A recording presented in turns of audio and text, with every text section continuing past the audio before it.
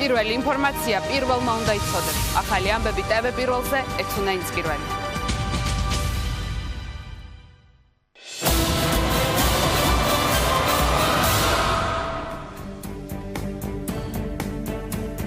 დავბრუნდით კვლავ პირდაპირ ეთერში ვსაუბრობთ არჩევნებზე. მამუკა კაციტაძე, პაატა ბურჯულაძე, მოძრაობა სახელმწიფო ხალხისთვის ერთ-ერთი ლიდერი ჩაგვერთვება ახლა პირდაპირ ეთერში. საღამოშვიდობისა ბატონ მამუკა და პირველ რიგში უკაცრავად გალოდინეთ თქვენც და ჩვენი მაყურებელიც. გამარჯობა, ვახო, მივესალმები პირველის მაყურებელს. ბატონ მამუკა, მე მინდა კითხოთ თქვენი პოლიტიკური ბლოკის მომავალთან დაკავშირებით. აი დღეს უკვე, როდესაც ცხადია არჩევნების შედეგი, რომ თქვენმა გაერთიანებამ ვერ გადალახა 5%-იანი ბარიერი, რაზე დგას ამ ბლოკის პერსპექტივა? რა კრავს ახლა ამ ბლოკს და რამდენად მყარია ის? თქვენ საუბრობდით, რომ მინიმუმ 3 არჩევნებში აპირებდით ერთად გასვლას.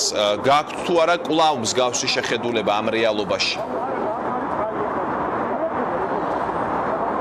ვახო, მართალი ხარ, რომ ჩვენ არჩევნებამდე გქონდა გაცხადებული, რომ ჩვენ გრძელვადიან ურთიერთობას ვაპირებდით ერთმანეთთან და ეს ყველაფერი განპირობებული იყო ორი რამით.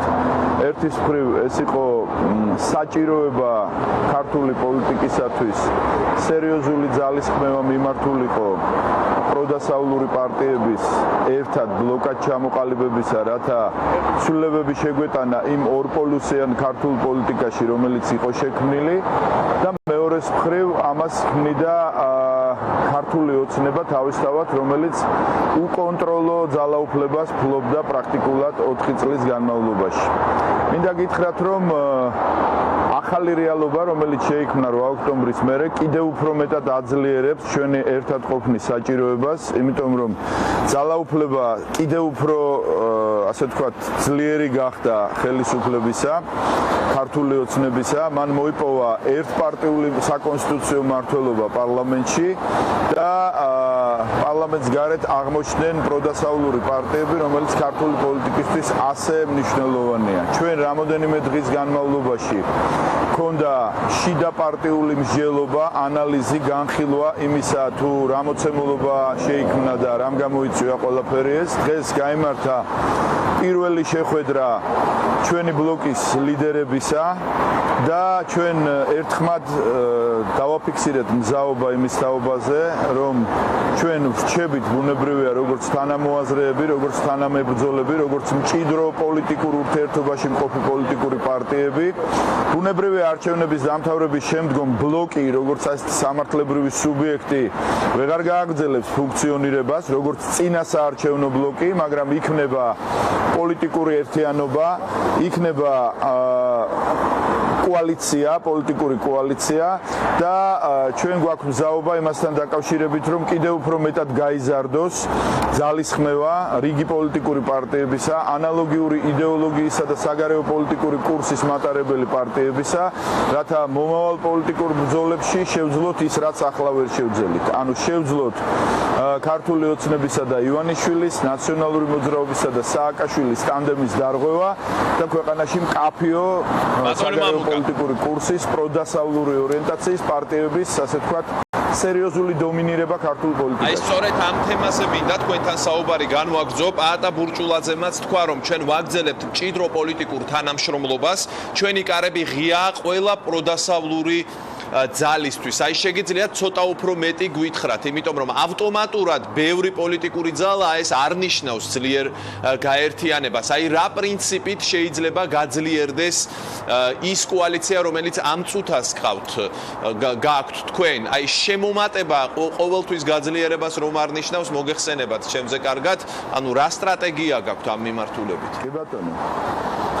კი ბატონო, ვახო, პირველ რიგში მინდა მცირე კორექტივი გავაკეთო. მართალია დაახლოებით ასე ითქვა, მაგრამ შინაარსში ჩვენ სხვა რამეს მოვიაზრებდით. აქ საუბარი იმაზე, რომ კარი ღია ჩვენს ბლოკში არ ნიშნავს იმას, რომ ჩვენ მოუწოდებთ სხვას, რომ გინდა თუ არა ჩვენს ბლოკს შემოუერთდნენ. ჩვენ მზად ვართ იმისათვის, რომ დავსხდეთ ერთ მაგიდასთან და ერთად შევქმნათ მძლავრი პროდასავლური კოალიცია. ამას იმიტომ ვამბობ, რომ ვიღაცისთვის არ გახდეს პრობლემა ის, რომ ჩვენ რატო უნდა შევუერთდეთ აღვიძეთ მათ და ასე შემდეგ. ეს ხდება ხოლმე ქართულ პოლიტიკაში.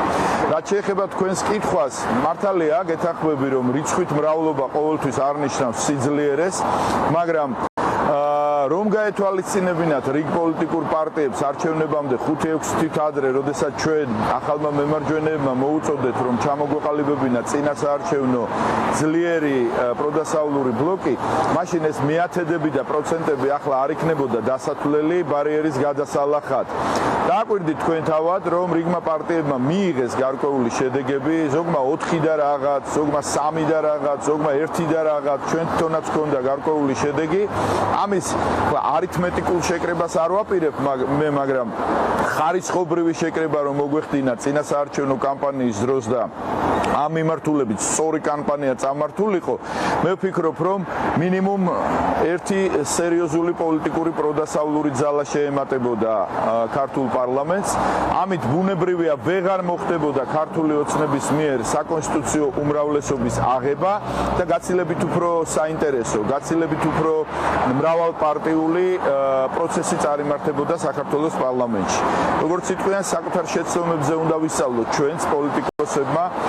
ამომრჩევლისთვისაც უკეთესი იქნებოდა ალბათ ეს შეთავაზება, რომ არ დაგსაქსულიყო ჩვენი ხმები და დღეს თუ ადამიანი თulis რომ პოლიტიკოსია და აგრძელებს ამ საქმიანობას, სამომავლოდ უნდა გაითვალისწინოს ის დაშვებული შეცდომები და შეეცადოს, რომ რეალური ფუნდამენტი შექმნას, პრაქტიკული და პრაგმატული ფუნდამენტი შექმნას მრავალპარტიული დემოკრატიისა და რაც ყველაზე მთავარია, სამომავლოდ მაინც ჩამოართვას ერთ კონკრეტულ პოლიტიკურ ძალას საკონსტიტუციო უმრავლესობა, რომელიც მე ვფიქრობ ქართული პოლიტიკისთვის არის დამოკიდებული. ბატონო მამუკაი, თქვენ უკვე სამჯერ ახსენეთ საკონსტიტუციო უმრავლესობა, როგორც უკვე შემდგარი ფაქტი. მაგრამ წინ არის მეორე ტური. თქვენ ვერანაირ შანსს ვერ ხედავთ, რომ ოცნებას ვინმემ როგორღაც ხელი შეუშალოს ამ საკონსტიტუციო უმრავლესობის აღებაში? ვახო, მე ძალიან ვერიდები ყოველთვის პროგნოზების გაკეთებას პოლიტიკაში. მაგრამ ეხლა ვაძლევ თავისუფლებას და საჯაროდ ვამბობ, მე სხვა ეთერებშიც აღვნიშნე და კიდე აღვნიშნავ, როცა მომეცემა ამის საშუალება, რომ მე პრაქტიკულად ვერ ვხედავ შანსს იმისას, რომ ამ კონდიციაში პოლიტიკური პროცესის მოყვანის შემდეგ ან უარი თქვას თავად, ან ვერ მიაღწიოს საკონსტიტუციო უმრავლესობას ქართულმა ოცნებამ. ჯერ ეს ერთი პრობლემა იმაშია, რომ საარჩევნო სისტემა, რომელზედაც მე 2 წელიწადნახევარია, გაუჩერებლად საუბრობდი და შეიძლება მოვაბეზრეკიდეთ თავი საზოგადოებას, აღმოჩნდა, რომ მართალი ყოფილვარ იმ თვალსაზრისით, რომ 48%-იანმა პარტიამ ქართულ ოცნებას აქვს 48% მხარდაჭერა ამომრჩევლებისა, მიიღო 77% მანდატების, ანუ საკონსტიტუციო უმრავლესობა საქართველოს პარლამენტში და ეს ერთადერთი რამის გამო მოხდა, რომ ერთპალატიან პარლამენტში მაჟორიტართა კორპუსმა უბრალო უმრავლესობის არ მქონე პოლიტიკურ პარტიას საკონსტიტუციო უმრავლესობა მოაპოვებინა.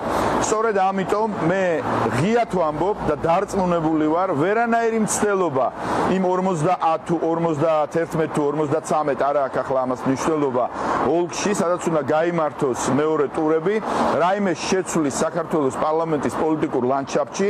ეს ერთის მხრივ არის ამომრჩეველთა ნების გამოხატულება გარკვეულწილად, მეორეს მხრივ არის ქართული ოცნების არჩევანი, იმიტომ რომ მათ ჩათვალეს, რომ დაადგნენ, ასე ვთქვათ, სრულ გარყნის გზას, თუ შეიძლება ასე ითქვას. გახსოვთ ალბათ გამონათქვამი ესეთი, რომ ძალაუფლება რყნის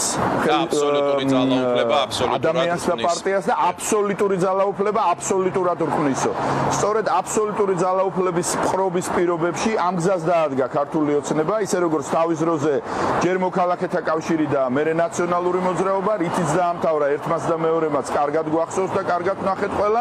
ამიტომ მე არ უშვებ, ელემენტარულად არ უშვებ, რომ 117 მანდატის მოპოვების შანსის მქონე ქართული ოცნება ახლა ამ ეტაპზე დათმობს ამ საკონსტიტუციო უმრავლესობას და არ აიღებს ბოლომდე სრულ ძალაუფლებას საქართველოს პარლამენტში. მე ამას ვამბობ, დაიმახსოვრეთ, ჩაიწერეთ და დავილაპარაკოთ ნოემბრის პირველ რიცხვებში, როდესაც უკვე პარლამენტის არჩევნები სრულად დამთავრდება, რამდენად სწორი იყო ჩემი, მე ვიტყოდი ცოტა რისკიანი გაბედული პროგნოზი, მაგრამ პროგნოზი, რომელიც აუცილებლად ჩემი და კიდევ ერთი შეკითხვა ბატონო მამუკამ, მაგრამ ეს არის ფაქტი. კიდევ ერთი შეკითხვა ბოლოს ვიდრე ჩვენი საუბარი დასრულდება.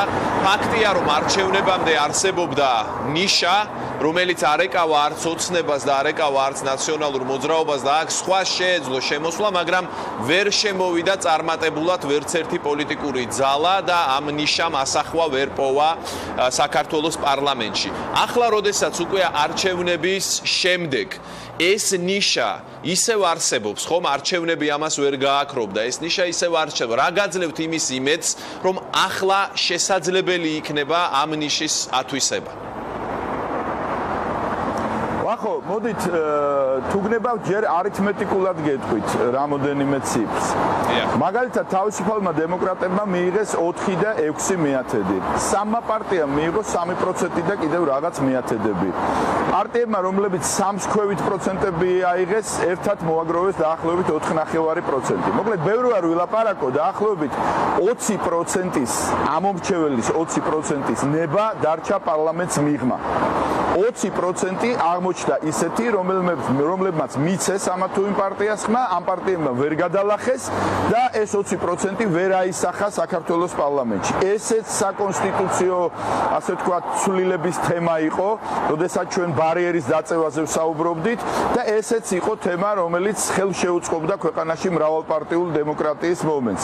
ამიტომ, ერთის მხრივ ეს რესურსი დღესაც არსებობს, მეორეს მხრივ ის მოპარული მანდატები, რაც 48%-იანმა პარტიამ 77%-ში ასახა საქართველოს პარლამენტში და მესამეს მხრივ იმ შეცდომების აღმოფხრა, რომელიც ჩვენის მხრიდან იყო დაშვებული, გნებავთ ბლოკურ რეჟიმში, გნებავთ ცალკეული პარტიების რეჟიმში, გნებავთ იმ გარკვეული პოლიტიკური სიხარბის გამო, რომ პარტიები ცდილობდნენ ცალკე გასულიყვნენ, ცალკე გადაელახათ, ცალკე შეექმნათ ფრაქციები და აი ამის გამო ბოლოს აღმოჩნდით ყველა ერთად, ასე ვთქვათ, ბარიერს მიღმა და პარლამენტს მიღმა და აქტიური პოლიტიკის მიღმა, უნებრივია იძლევა იმ საშუალებას, რომ საკუთარ შეცდომებზე სწავლა, სხვისი ნაკლოვანებების გამოყენება, ოპტიმალური საარჩევნო გარემოს შექმნა, მათ შორის საარჩევნო სისტემის თვალსაზრისით მოგცემს საშუალებას, რომ ჩვენ უკეთესი შედეგი დავდოთ სამომავლოდ. პოლიტიკა 1 და 2 დღით არც იწყება, არც მთავრდება და ბუნებრივია, რომ ჩვენ ამ თვალსაზრისით უნდა გავაგრძელოთ ბრძოლა. მე არ გავიზიარებდი და ვერ გავიზიარებდი იმ პოლიტიკური პარტიების მოსაზრებას, თუ პიროვნებების მოსაზრებას, რომლებიც დისტანცირდნენ აქტიური პოლიტიკიდან, იმიტომ რომ საქმე ეხება ჩვენს ქვეყანას, საქმე ეხება მის შიდა პოლიტიკას და ამ თვალსაზრისით რაღაც უკან დახევა ან თამაშიდან გასვლა არ არის სწორი და მოსაწონი არც პიროვნებების